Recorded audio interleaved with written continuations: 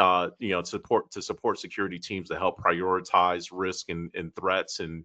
really give some guidance as to where we need to focus our teams on. And that's baked into a lot of our security tools, definitely within Microsoft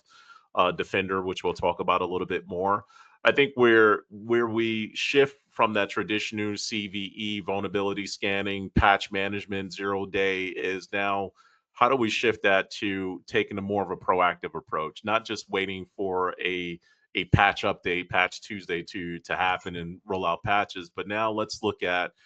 let's use the telemetry data, the information that we're receiving from our edge devices, albeit firewalls, reverse proxies, what have you, IPS, IDS systems, all of these systems that we have in place, EDR systems, XDR systems, Seam, all of these things that we're now able to pull in into one source and now look at the telemetry data and actually start to look at some intelligent pathways or just logic as to where attackers could exploit potentially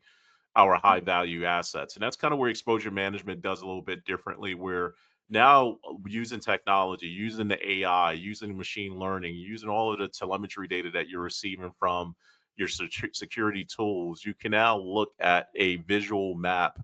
of where the threat vectors are, the paths are that lead to your high value targets. So it's more of an outside in approach versus an inside out. I talk about it into attack surface. What is your attack surface? Your attack surface being what are the attackers looking at to try to penetrate,